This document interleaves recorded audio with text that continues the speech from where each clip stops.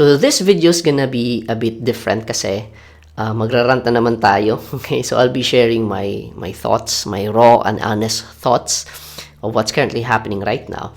And para bang like the people up there, okay, so hindi na natin i-mention, but para bang they're not really concerned about us. And kind of like, para bang they don't want us to be rich. Kaya sa video ito, I will sharing some random thoughts, right? And let me know if agree kayo dito or ano din yung mga thoughts nyo when it comes to our investments here in the Philippines. So medyo na-trigger kasi ako with what's currently happening right now. Like, gas prices are going up, yung diesel sobrang mahal na ngayon. And there's this request na i-remove yung tax. Okay, and then some officials say na mawawala ng revenue yung government kapag iwawala yung tax. And it's kind of ironic kasi para saan ba yung revenue, 'di ba, ng government? 'Di ba? It's for us, it's for them to help yung mga tao, the people that's currently affected by this crisis ngayon. And kind of sad lang kasi makes you wonder, are they really concerned about the people, 'di ba? Or concerned lang to a few people? And connecting that with our investment journey naman. So parang ganun din yung nangyayari eh. So like, we've been hearing na investor protection, pero at the end of the day, are they really concerned about us, mga investors, or for just a few people? And let me share with you some of the reasons why na I think, okay? So again, opinion ko lang to, na they don't want us to be rich, especially in terms of investments. Now, first one, when it comes to global stocks, right now, in terms of investing, marami ng mga opportunities, especially like global stocks. Like you are able to invest in US stocks and other mga exchanges in the different countries. And before, may mga different platforms na you can actually be able to invest sa mga global investments. So, ito example, like way before, I was also investing in global stocks through eToro na platform. But suddenly, because of like investor protection, they decided na hindi na tayo pwede na mag-invest through eToro. And that's what happened. Basically, like eToro, they remove access sa mga Filipinos who wants to invest their platform. Same thing with what's happening to Interactive Brokers. So, this is another platform kung saan pwede ka mag-invest in global stocks. And yun, na-ban din here in the Philippines. Kasi investor protection daw. Where in fact, a lot of opportunities, especially out there, global stocks, sobrang maganda yung mga opportunities compared here sa atin. Well, I still believe na maganda din yung opportunities investing here. Pero again, it should not limit us to invest globally then. And currently, I've been really wanting to invest globally, pero I'm afraid na baka mawala din. So there's still, may mga platform pa naman na still available right now, like GoTrade. Pero hindi din natin alam baka sooner or later, iba na din yan dito sa Philippines. So another issue naman is yung mga forex platform din. So ako personally, I don't invest in forex. I don't trade in forex. Kasi sa forex, it's more of trading talaga. There's no opportunity na pwede siyang passive income na pwede ka mag-dividend investing through forex. But basically, it's still also an opportunity for Filipinos. And I know a lot of Filipinos who are actually doing trading in forex. And kumikita din sila. Pero again, because of investor protection, a lot of mga forex platforms banned din dito sa Philippines. So para bang lahat na lang siguro no, na opportunities out there, banned.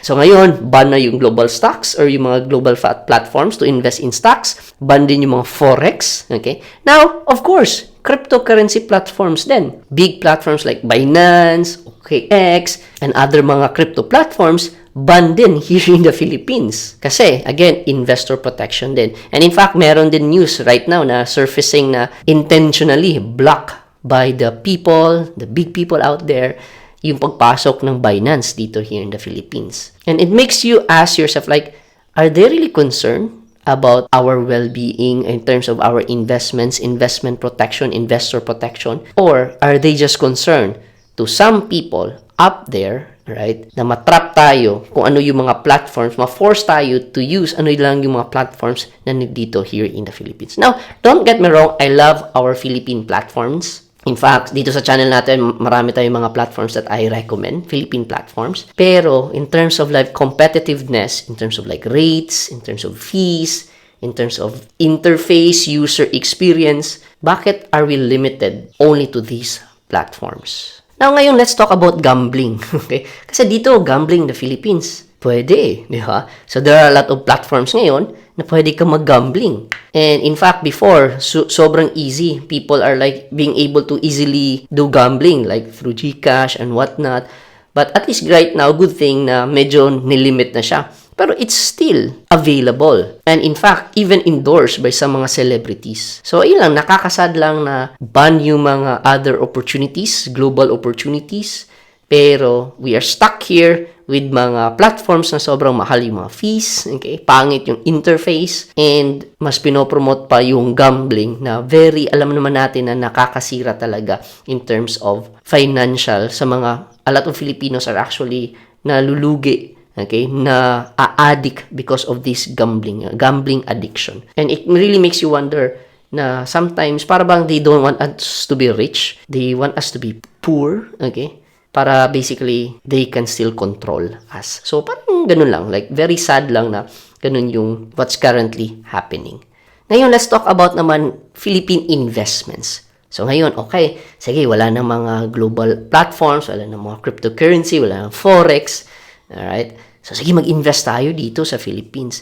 And ako, I'm a big fan, I'm a big believer, and I'm an advocate talaga of investing din dito through dividend investing, so mga REITs, dividend stocks, alright? And, of course, this is a way for us to really support our country. Pero just look at this, ha. Like right now, we see a lot of mga big players din, okay? Big players din in the Philippine stock market na nag-e-exit, alright? They're exiting the Philippine Stock Exchange. Kasi again, sabi nila, hindi na siya profitable. Okay? So just think about this one, di ba? Like even the big players are moving out. So how much more tayo, di ba? Na mga small players, mga investors, sino ba yung masasaktan, di ba? Most likely tayo, di ba? So we're seeing companies na nagbibigay ng tender offer, okay? And like they've been investing, like they're doing long-term investing. Pero after 15 years, lugi pa sila. Alright? And then, ngayon, in terms naman of like platforms here in the Philippines, good thing I really love Dragonfly kasi nag-i-innovate talaga sila. Pero let's talk about mga features na meron sa ibang bansa pero wala dito. So, number one, shorting. Okay? So, even until now, wala pa tayong shorting. So, ano ba yung shorting? Basically, you can sell, okay, the stocks that you don't own yet, pero by the time magda-down yung market or yung price ng stocks, you can buy it back. So, this is basically like you can make money when the market is going up, and you could also make money even if it's going down through shorting. Pero until right now, sobrang tagal na news na yan. Wala pa rin until now. Okay? Kasi if shorting is just available, may mga stocks out there, okay, na we could have probably made a lot of money. Alright? Especially yung mga known na mga stocks, gaya ng mga Villiers stocks, okay? So, kung pwede pa lang natin yan ma-short, then hindi sana tayo maging exit liquidity, di ba? So, meaning, nag-e-exit sila by offering IPO, tapos from that, dinadump, okay? So, parang ganun, alright? But if shorting exists, pwede sana tayo kumita kahit nag-down yung market. Right now, market is down. Pwede tayong kumita if we do shorting sana. Another thing, another feature na meron sa iba, fractional shares. Okay? Fractional shares. Meaning, kahit as low as 1 peso, you can buy shares in different stocks. Meaning, hindi ka na limited to buying the board lot. So, if you're familiar in the stock market, di ba, before ka makabili, mayroong minimum required shares that you can buy. Yan yung board lot.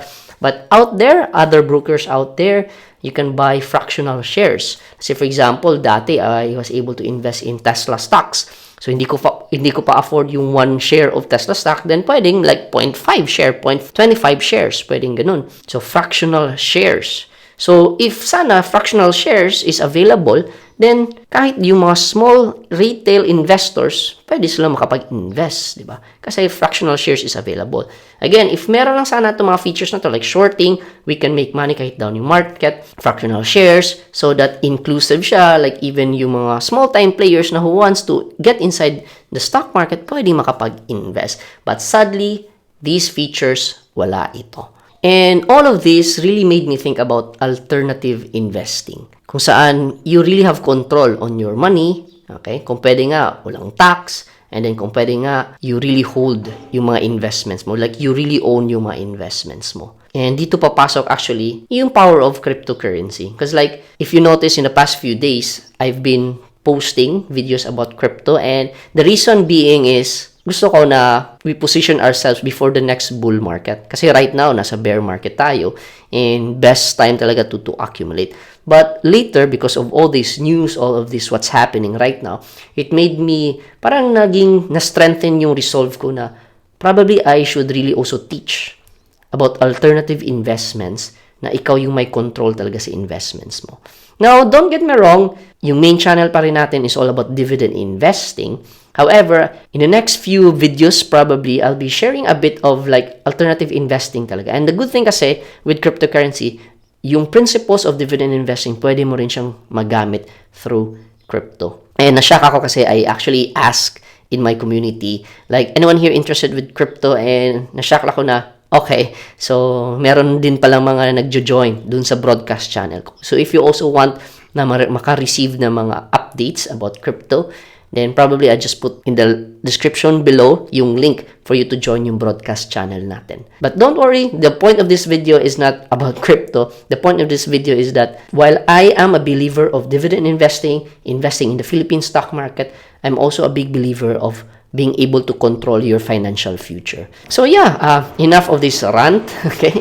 So enough of this rant, and balik tayo sa regular programming natin sa mga next videos. Anyway, however, if you're interested about crypto, if first time you're hearing this, you can check out itong mga previous videos ko about cryptocurrency, like ano yung strategy ko for this year. At the same time, if you're a beginner on crypto, ano ba talaga yung concept behind about this technology. So yeah, go ahead and check out these videos, and hopefully I'll see you there.